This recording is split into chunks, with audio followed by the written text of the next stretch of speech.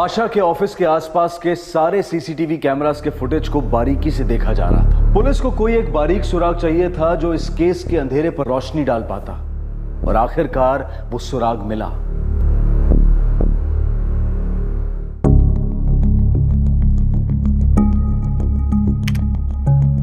Sir,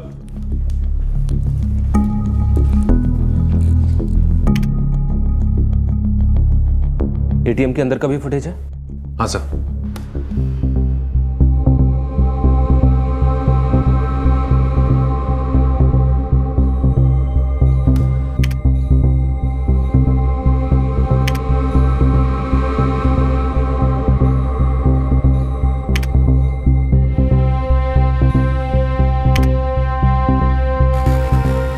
कमाल है, cash नहीं लिया। शायद ट्रांजैक्शन फेल हो गया होगा सर। सर, आशा के बैग में से हमें मनी पर्स या डेबिट कार्ड कुछ नहीं मिला। आरएलजी बैंक का एटीएम है। इस फेल ट्रांजैक्शन के बारे में हम बैंक के साथ चेक कर सकते हैं सर। आशा की फ्रेंड पूजा से पता करो कि आशा का आरएलजी बैंक में अकाउंट था क्या। सर, होने को तो ये आदमी हमारा मुजरिम हो सकता है, चांस लेने की बात है। प्रभाकर सर, इस आदमी की ट्रैकिंग शुरू कर दो। Yes sir. यस सर, आशा का आरएलजी बैंक में अकाउंट था, वो उसी का डेबिट कार्ड यूज करती थी। ब्रांच याद है आपको? यस सर, यही मनोजा बकम ब्रांच में, मैंने ही उसे इंट्रोड्यूस करवाया था।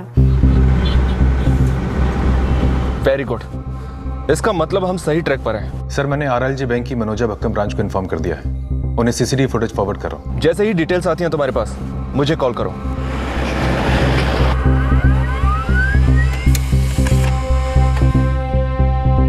जून रात 11:45 पर आशा रमन के डेबिट कार्ड से एक फेल ट्रांजैक्शन हुआ है।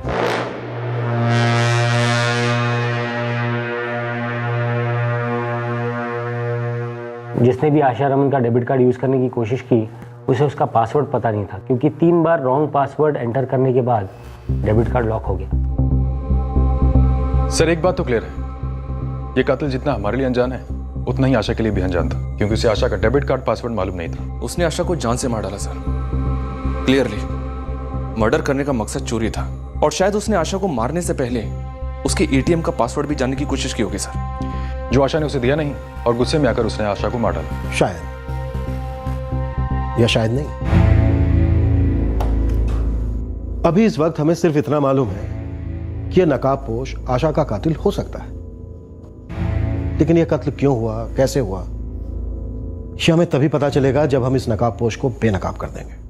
हर इन्वेस्टिगेशन में पहला सुराग, पहली लीड एक चिंगारी की तरह होती है, जिससे तहकीकात में वो आग सुलगती है जिसकी रोशनी में केस अपने अंजाम तक पहुंचता है। पर इस केस में चिंगारी हल्की थी। एक नकाबपोश आदमी जिसके बारे में किसी को कुछ मालूम नहीं था, और इस कत्ल का मकसद भी किसी भी एंगल से दिखाई नहीं दे रहा था। सवाल पर सवाल उठते जा रहे थे, पुलिस पर दबाव बढ़ता जा रहा था, और पुलिस के हाथों में वक्त घटता जा रहा था। इस चिंगारी के बुझने से पहले इन्वेस्टिगेशन का आग पकड़ना बेहद जरूरी था।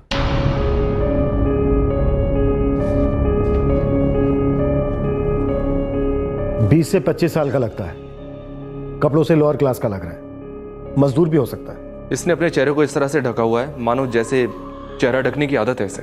यहाँ के लोकल मजदूर कामगार इस तरह से अपना चेहरा नहीं ढकते। इसके गमछे के पैटर्न को गौर से देखो, यहाँ का नहीं लगता है। दूसरे राज्यों से हजारों, शायद लाखों मजदूर चेन्नई में अलग अलग जगहों पर काम करते हैं। उन सभी जगह पर फैल जाओ, जो कुछ तुम लोगों को लगेगा मिलेगा, लेकिन ये आदमी मिलना चाहिए। सर, सबसे ज़्यादा मजदूर कंस्ट्रक्शन लाइन में है। सर, वो मच्छी मार्केट और सब्जी मंडी में भी बहुत सारा मजदूर काम करता है सर। ये मर्डर देवी बक्कम में हुआ ना? हाँ, झाड़ियों में, लड़की के ऑफिस से 600 मीटर दूर। सर, उस इलाके में 2-4 जगह ऐसा है जहाँ पे बहुत सारा बाहर का मजदूर काम करता है सर। ठीक है, वहीं से शुरुआत करो, लेकिन जल्दी।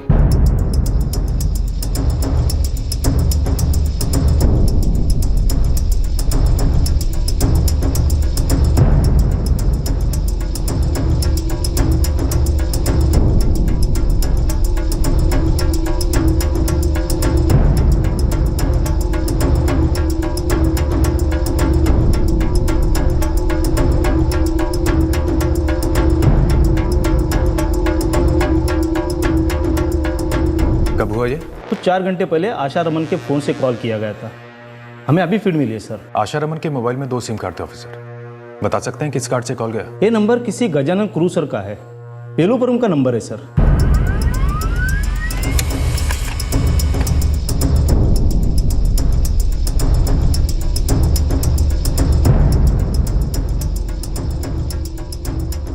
सर, गजानन कुरुसुर आशा रमन के अपा का भतीजा है, जिसने उसके लिए मोबाइल फोन और सिम कार्ड खरीदा था, जो शिवरमन ने 1 साल पहले अपनी बेटी आशा को गिफ्ट दिया था।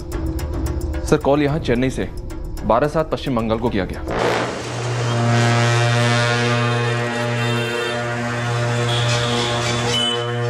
अंधेरे में चलाए गए हमारे तीर सही निशाने पर लग रहे हैं। हमारा शक बिल्कुल सही निकला। 12/7 वेस्ट बंगाल। अब इसमें कोई डाउट नहीं है कि आशा रमन का हत्यारा या फिर हत्यारी आउट ऑफ स्टेट से। प्रभाकर सर, पता करो आशा रमन या उसकी फैमिली का 12/7 वेस्ट बंगाल से कोई कनेक्शन है क्या? जी नहीं, हम वहां किसी को नहीं जानते, और जहां तक हमारा ख्याल है आशा भी वहां किसी को नहीं जानती थी। शायद चेन्नई आने के बाद 12/7 वेस्ट बंगाल के किसी आदमी से कांटेक्ट हुआ हो। नहीं सर, आशा ने कभी भी ऐसे किसी आदमी के बारे में नहीं बताया, और हम एक दूसरे से सब कुछ शेयर करते थे। अगर ऐसा कुछ होता तो वो मुझे जरूर बताती। उसके ऑफिस में कोई कलीग, कोई क्लाइंट, कोई पुराना दोस्त? नो सर, हमारे कॉलेज में वेस्ट बंगाल से कोई था ही नहीं। मैं आशा के सारे फ्रेंड्स को बहुत अच्छे से जानता हूँ। उस साइड से कोई भी हमारे ग्रुप में नहीं था। ठीक है शंकर, तुम एक काम करो, कुछ दिन तक तुम चेन्नई में ही रहना। हो सकता है हमें तुम्हारी दोबारा जरूरत पड़े। मैं आपके जो भी काम आ सके मेरे लिए वो काम होगा। सर, 12/7 में जिस लोकेशन से कॉल किया गया था, सर्विलेंस टीम से वो लोकेशन आ गई है। क्राइम सीन से क्या गया था? उसके काफी आसपास है, देवी बक्कम एरिया ही शो कर रहा है। मतलब क्रिमिनल चेन्नई में ही है, क्राइम सीन के कहीं आसपास है। प्रभाकर सर, फुल असॉल्ट, पूरी ताकत लगाकर देवी बक्कम का एक इंच खुदवा, आउट ऑफ स्टेट का एक मजदूर, खास करके वेस्ट बंगाल के सबको राउंड अप पे लो। Yes sir. Sir, West Bengal police को इन्फॉर्म कर दिया कि 12/7 में जिस नंबर पर कॉल गया था उसे क्वेश्चनिंग के लिए हिरासत में ले ले। गुड। इस वक्त हमारे पास 2 इंपॉर्टेंट सुराग हैं। पहला सुराग था एटीएम के सीसीटीवी की फुटेज। दूसरा सुराग था आशा के फोन से हुआ कॉल 12/7 वेस्ट बंगाल में। सुरागों की चिंगारियां भड़क रही थीं और पुलिस के रास्ते पर रोशनी फेंक रही थी। नकाबपोश क्रिमिनल से पुलिस अब दूर नहीं थी, और तब एक और चिंगारी भड़की और पुलिस के हाथ लगा इस केस का सबसे अहम सुराग। ये कितना दिन पहले का बात है अन्ना? 2 दिन पहले। तुमको बाली दिखाया? दिखाया नहीं, पूछा ये बाली को किधर बेच सकते करके। अब एक सिंगल बाली कौन खरीदेगा सर? एक सिंगल बाली? हाँ, एक सिंगल बाली। थांबी, कॉफी वाला पहचानता उस आदमी को? बोल रहा था रोज इधर आता है करके सर। इधर सामने में एक बिल्डिंग बन रहा है, उधर में सुपरवाइजर है। जगन नाम है सर।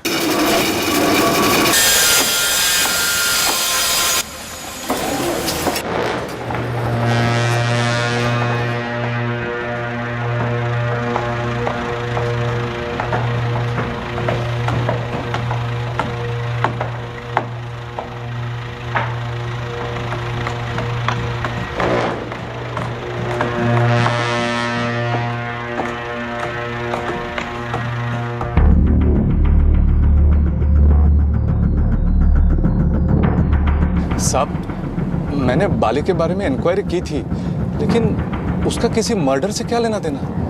बाली है ना तेरे पास? है, लेकिन बताइए तो हुआ क्या है, मैंने किया क्या है? ये तो बाली ही बताएगी। साहब, ये मेरा नहीं है साहब। फिर? मेरा एक मजदूर है साहब, मनोज। उसकी माँ का है साहब, वो इसको बेचना चाहता था। सिर्फ एक कोई बेचना चाहता था? हाँ साहब, पता नहीं क्यों एक को ही बेचना चाहता था। प्रभाकर, बुलवा लिया उनको?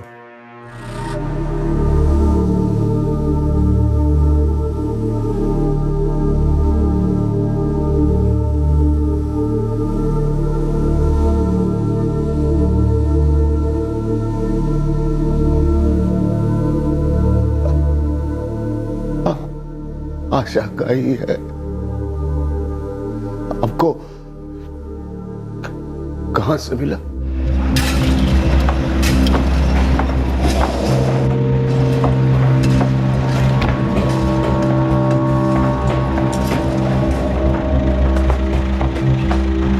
सर, हो रहा मनोज। ए मनोज! इधर आ। देख, रुक।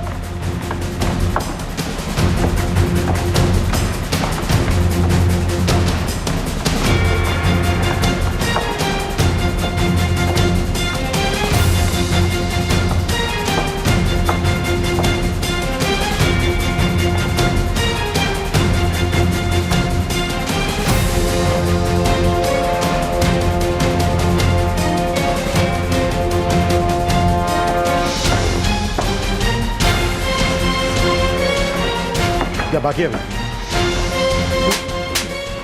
चलो गाड़ी में।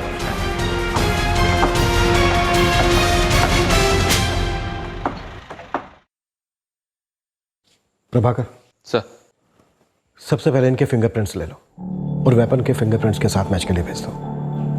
ये हमारे लिए सबसे इंपॉर्टेंट सबूत हो सकता है। सर।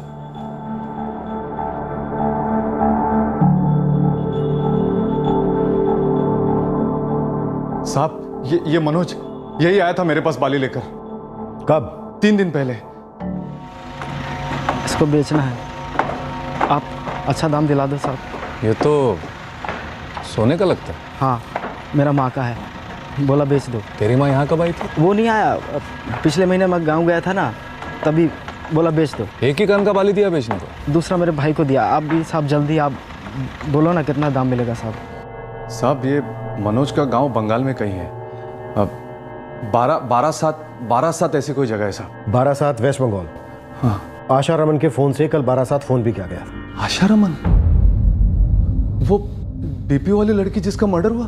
हाँ, और ये बाली जो तुम मनोज के लिए बेचने की कोशिश कर रहे थे, ये भी आशा रमन की है। तो फिर साहब, वो मनोज और अनिल के साथ वो राकेश भी इसमें शामिल होगा। राकेश? कौन राकेश? राकेश दास साहब, वो भी इन्हीं के गांव का है, मेरे यहाँ ही काम करता है। और वो फोन तो मेरे पास है साहब। क्या?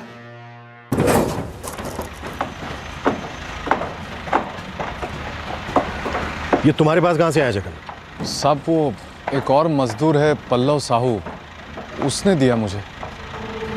इसे रखिए साहब। किसका है? मैं क्यों रखूं? साहब वो राकेश दास का है। तो उसको देना, मुझे क्यों दे रहा है? वो कहीं गया है साहब, उससे एक फ़ोन करने के लिए लिया था, साथ रखने में डर लग रहा है। टूटा उटा तो काम के वक्त रख लो ना साहब यहाँ। ला। अम्मा है तो सबका, हाँ, जो अपनी सारी चीजें सब तेरे पास छोड़कर जाते हैं। मैं सुपरवाइजर हूँ इस साइट पर, सभी मुझ पर भरोसा करते, छोटी छोटी बातों के लिए मेरे पास आते हैं। ये जो छोटी छोटी बातों के लिए सब तेरे पास आते हैं ना, उन्होंने बड़ी बात की है। कांड किया है, हत्याकांड। ये पल्लव साहू और राकेश दास कहाँ मिलेंगे? पल्लव साहू तो यहीं कहीं साइड पर होगा साहब, और राकेश उस शैलेश के साथ गांव गया है साहब, वो कलकत्ता साइड में कहीं।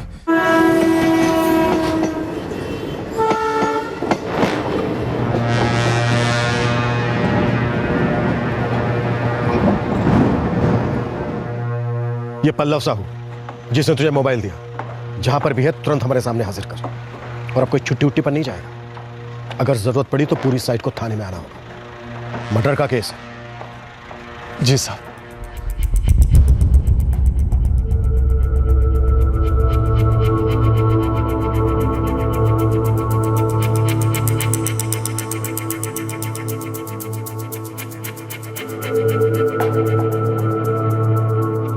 सुरागों की चिंगारियां मशाले बन गई थी, लेकिन आग कुछ ज्यादा ही फैल गई थी। एक के बाद एक नए नए सस्पेक्ट्स खड़े हो रहे थे।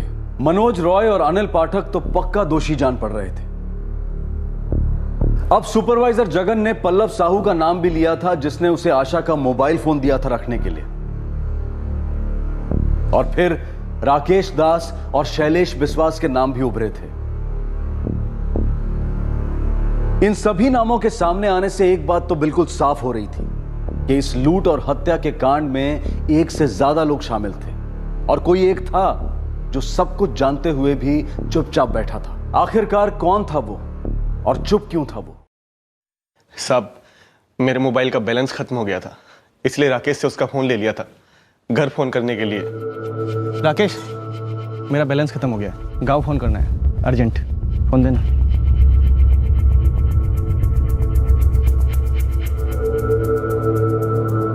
साहब, फोन खत्म करके जब मैं मुड़ा, राकेश वहां से जा चुका था। मुझे समझ नहीं आया क्या करूं। काम पर लौटना था, इसलिए मैंने फ़ोन जगन साहब को दे दिया और बोला राकेश आएगा तो उसको दे देना, है ना जगन साहब? मैं सच बोल रहा हूँ ना? हाँ इंस्पेक्टर साहब, ये सच बोल रहे हैं। तुम बोलते रहो, क्या सच है क्या झूठ है ये हम छांट लेंगे। राकेश छुट्टी पर कब गया था? कल रात की ट्रेन से। वो शैलेश भी साथ में गया है 10 दिन के लिए। ट्रेन का नाम बताया था? नहीं साहब, ट्रेन का नाम तो नहीं बताया, लेकिन मेरे यहाँ के ज़्यादातर मजदूर बारासात वेस्ट बंगाल से हैं। वो चेन्नई हावड़ा मेल लेते हैं, वहाँ से पैसेंजर ट्रेन लेकर फिर बारासात पहुँचते हैं।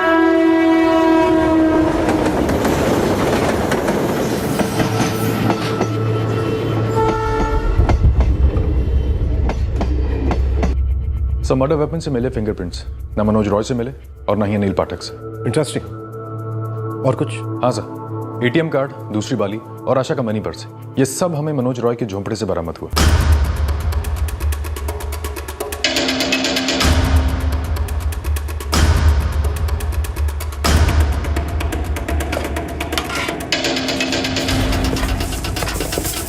सर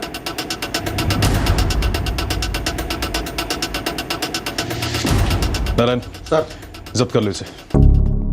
पूजा थॉमस ने पहचान लिया कि ये मनी पर्स आशा रमन का ही है। अब इसमें जरा भी डाउट नहीं है कि मनोज राय और अनिल पाठक इस लूट और मर्डर में शामिल है। और जो मोबाइल छोड़कर गया था राकेश दास, वो इनका तीसरा साथी है। सर मैंने चेन्नई हावड़ा मेल की टाइमिंग चेक की है। ये ट्रेन कल सुबह हावड़ा स्टेशन पहुंच जाएगी। प्रभाकर एक काम करो, तुरंत कोलकाता की पहली फ्लाइट पकड़ो और इस राकेश दास को हावड़ा स्टेशन पर ही धर लो। सुपरवाइजर जगन को भी साथ में ले लेना।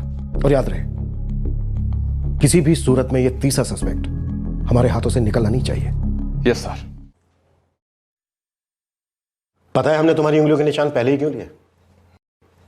क्योंकि बाद में शायद हमें तुम्हारी उंगलियों की जरूरत पड़ेगी नहीं।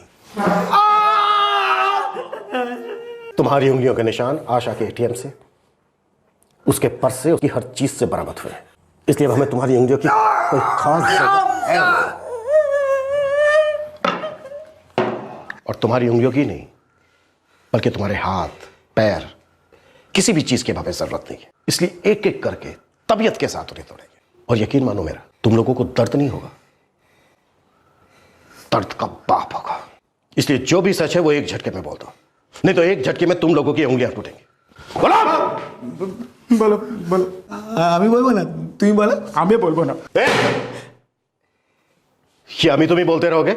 जल्दी बोलो जो भी कुछ है, नहीं तो मेरा डंडा बोलेगा। ना ना, मारो ना सर, हम कबूल करता है, हमने किया। सर हम बहुत दिनों से सोच रहा था, बड़ा पैसा चाहिए। और साहब हम लोगों का नसीब में बड़ा पैसा शुद्ध ऐसा आ सकता है चोरी करके। ओए चामो चोटा, जादू का डंडा नहीं, फिर घुमाएगा और खाना आ जाएगा। तुम लोग को अच्छा खाना है, अच्छा पहनना है, अच्छा अच्छा रहना है ना, तो पैसा चाहिए, पैसा। अपना नसीब में कोता है पैसा, पढ़ा लिखा भी नहीं है। अरे तो पढ़ा लिखा लोगों के पास तो है ना पैसा, छीनता है वो लोग से, लूटता है सालों को। किसी को लूटना ईंट लगाने जैसा आसान काम नहीं है। हाँ लूटेगा किसको? एक दूसरा को, क्या उस सुपरवाइजर जॉगन को? ये बोका, लूटने का मन बनाना होगा, पैसा वाला अपने आप सामने आएगा। कहाँ से? आपके पास जादू का डंडा है क्या?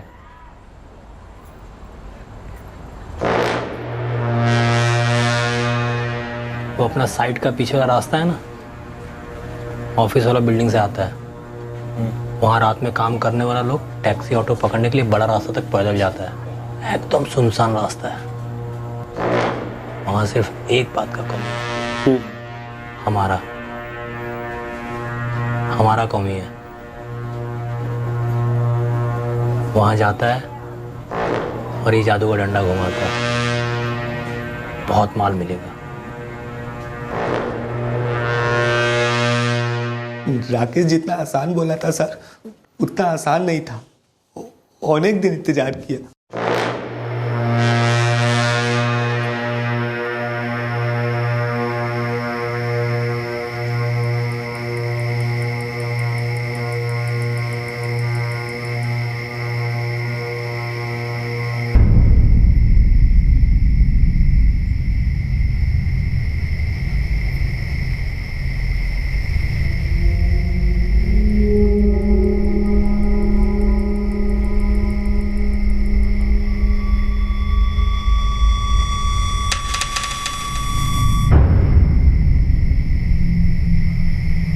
और एक दिन ऐसे इंतज़ार किया, कुछ ना कुछ गड़बड़ हो जाता। हम दोनों उम्मीद छोड़ चुका था। राकेश बोला एक रात कोशिश और करता है, और उसी रात को वो लड़की आया सामने से।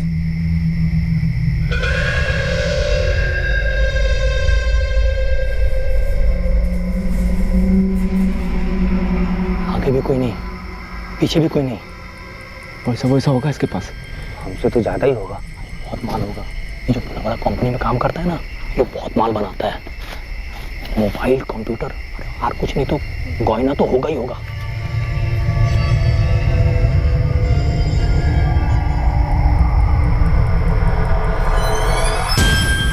सर, राकेश के पास छुरा था। कहाँ से आया छुरा? पहले से था? ना सर, उसने खास इस काम के लिए खरीदा था।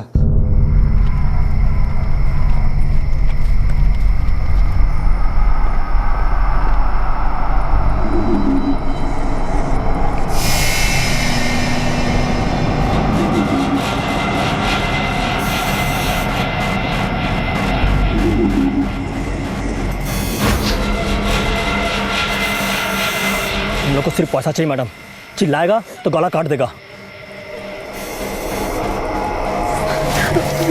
मैं नहीं चिल्लाऊंगी, किसी को नहीं बताऊंगी। ये लो, जितने पैसे चाहिए सारे ले लो। सुनो 400 टका और पैसा किधर है?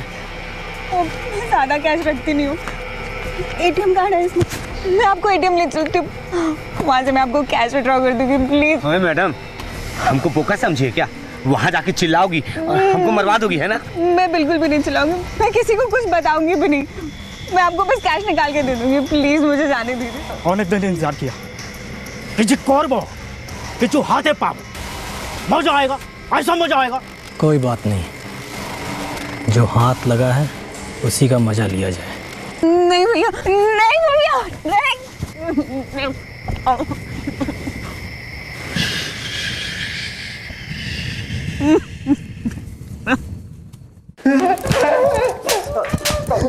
कुछ नहीं किया था, इसने और राकेश ने दोनों ने मिलकर उसको खराब किया।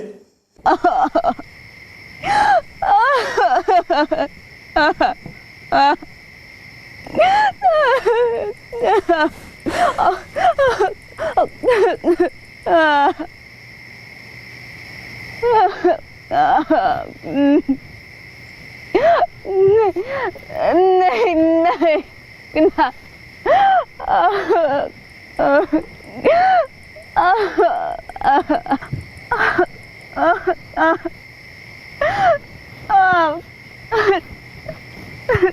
तू जा।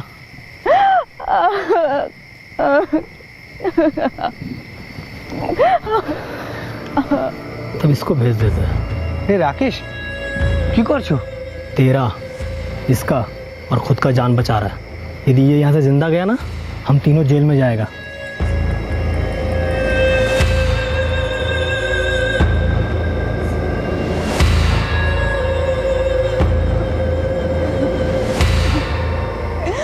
मैं आपके सामने हाथ जोड़ती हूँ, प्लीज प्लीज मुझे मत मारिए। मैं किसी को कंप्लेन भी नहीं करूँगी, कुछ नहीं बताऊँगी किसी को। मुझे मरना नहीं है, मुझे जीने दो प्लीज प्लीज, मुझे मत मारिए प्लीज। ना, मरना तो होगा। मुझे मत मारो प्लीज, मुझे मत मारो।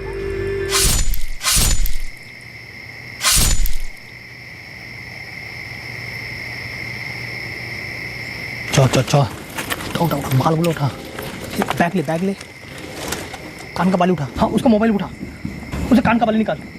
हाँ, उधर वाला कान का भी निकाल ना। चल चल चल, बेरिए से चल, पला चल।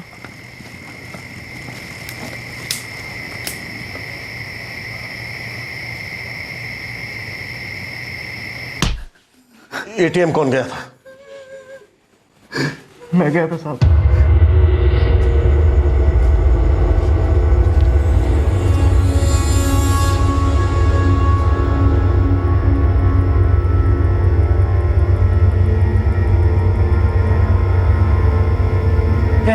कितना मिला? देखिए ना, माने? किचू पासवर्ड मांग रहा था। हम कितनी बार बटन दबाए, किचू बाहर नहीं निकला, कार्ड बाहर आ गया। कि यार इतना सब कुछ किया, 100 रुपया हाथ में, कुछ नहीं मिला। छाड़ना, मौजा मारा ना, हाँ? अभी भूल जाओ, चुपचाप यहाँ से निकल लो, जैसा हम लोग कुछ किया ही नहीं, कुछ हुआ ही नहीं। क्यों बुझली? चलो मेरो। तुम तीनों के अलावा कोई और भी शामिल था? इस कांड के बारे में किसी और को भी मालूम था? हम तो किसी को नहीं बताया साहब। ठीक है, अब मैं भी किसी और को नहीं बताऊंगा। कि सर? यही कि तुम दोनों की हड्डियां कैसे टूटी।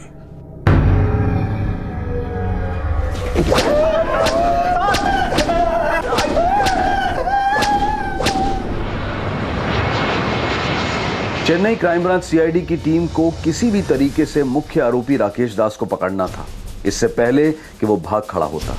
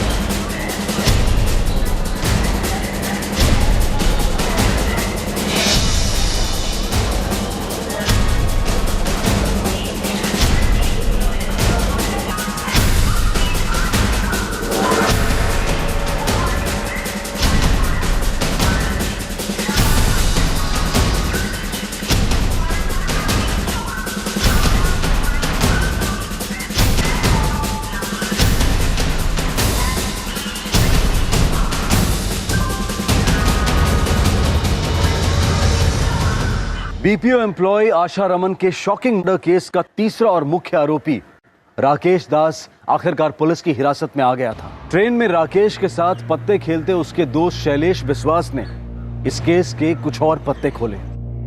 साहब, उस रात को मैं बहुत डर गया था जब राकेश घर लौटा। वो भी काफी डरा हुआ था और उसके हाथ में कीमती मोबाइल था। क्या हुआ? खून?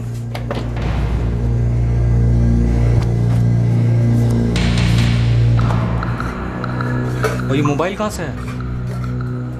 इतना पसीना क्यों आ रहा है दादा? कुछ लफड़ा हुआ क्या? क्या? खून? क्या? की बोल छो तुम्हें दादा?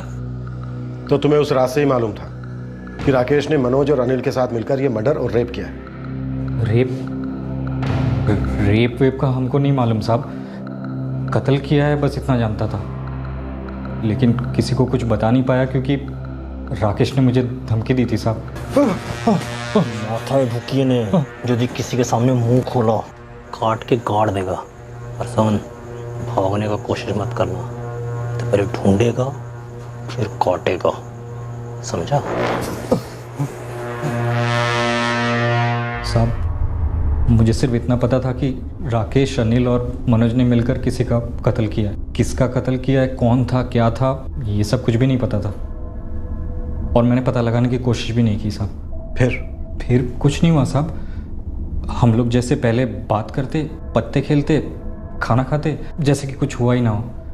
जिंदगी पहले जैसी हो गई। ऐसा हुआ है आज तक? जुर्म सबकी जिंदगी बदल देता है, बुरे के लिए बदल देता है। जुर्म का शिकार, जुर्म करने वाला और जुर्म के बारे में जानने के बावजूद चुप रहने वाला, सबकी जिंदगी खराब हो जाती है।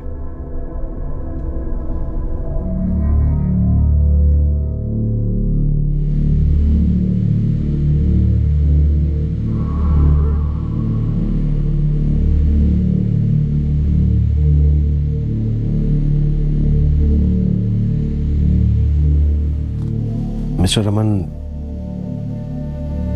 आशा उन्हें नहीं जानती थी। वो तीनों भी आशा को नहीं जानते थे। उन्हें बस पैसे चाहिए थे। तो पैसे नहीं मिले तो आशा को मार दिया, ऐसे ही इतने आराम से? जी, ऐसे ही।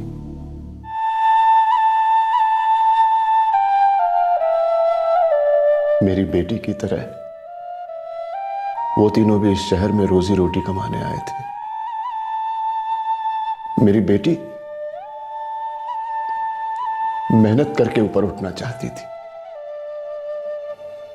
लेकिन वो तीनों चोरी लूट करके ऊपर उठना चाहते थे।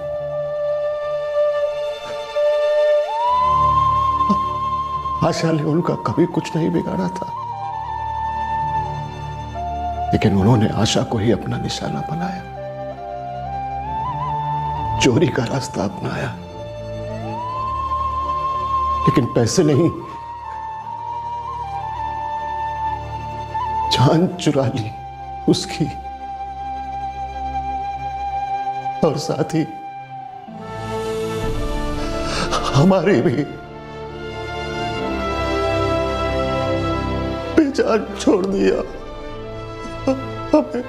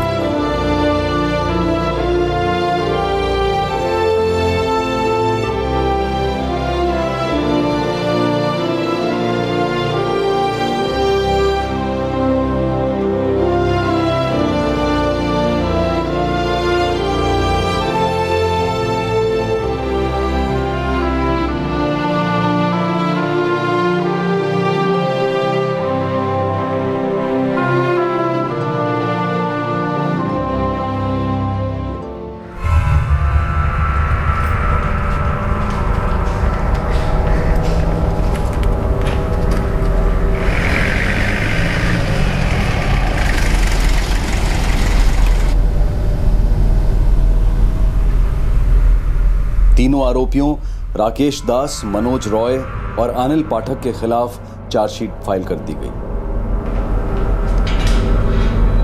प्रशासन ने इस केस को टॉप प्रायोरिटी पर डाल दिया और 9 महीने के अंदर स्पेशल महिला कोर्ट ने अपना फैसला सुनाया। राकेश दास, मनोज रॉय और अनिल पाठक, इन तीनों को उम्र कैद की सजा सुनाई गई।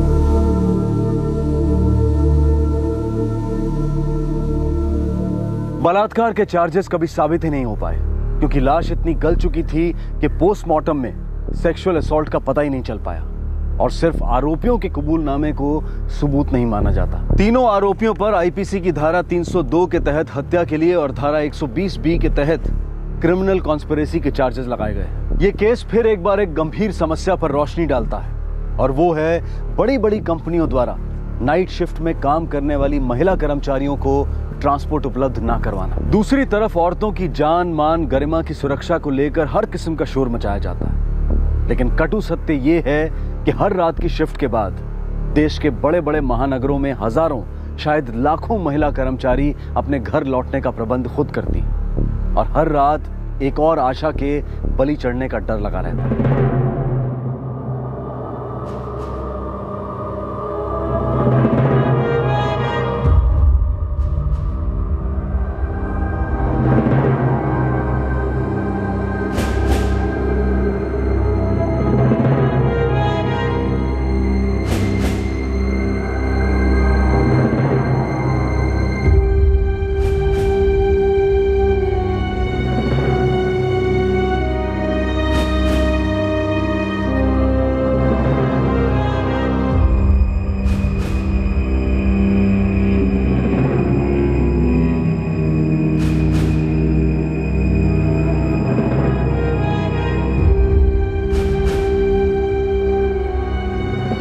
मुजरिमों के कई चेहरे हो सकते हैं, जाने अनजाने या नकाबपोश, और नकाब भी कई किस्म के हो सकते हैं, कुछ कपड़े के बने तो कुछ कपट के। लेकिन महिला कर्मचारियों के जो जान पहचान वाले और विश्वसनीय पुरुष कर्मचारी हैं, अगर वो अपनी साथी महिलाओं को काम के बाद सुरक्षित जगह तक पहुंचाना अपना धर्म, अपना दायित्व, अपनी ड्यूटी समझ लें, तो ऐसे कई केसेस टल सकते हैं। जाहिर सी बात है कि ये कोई परमानेंट उपाय नहीं है, लेकिन हर ऑफिस, हर बिजनेस का ये दायित्व है कि वो अपने यहाँ नाइट शिफ्ट में काम करने वाली महिला कर्मचारियों को घर से लाने और घर तक वापस छोड़ने की जिम्मेदारी बिना चूक निभाए।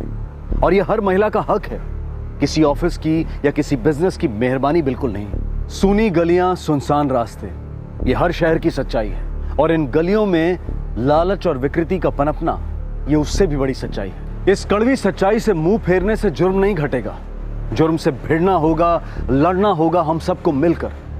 आपसे फिर मुलाकात होगी क्राइम पेट्रोल सतर्क में एक और नए केस के साथ। तब तक सतर्क रहें, सुरक्षित रहें और देखते रहें क्राइम पेट्रोल सतर्क। सबक एक को सीख हम सबको। जय Hind. For more updates, subscribe to our channel, click the show links and enjoy watching the videos.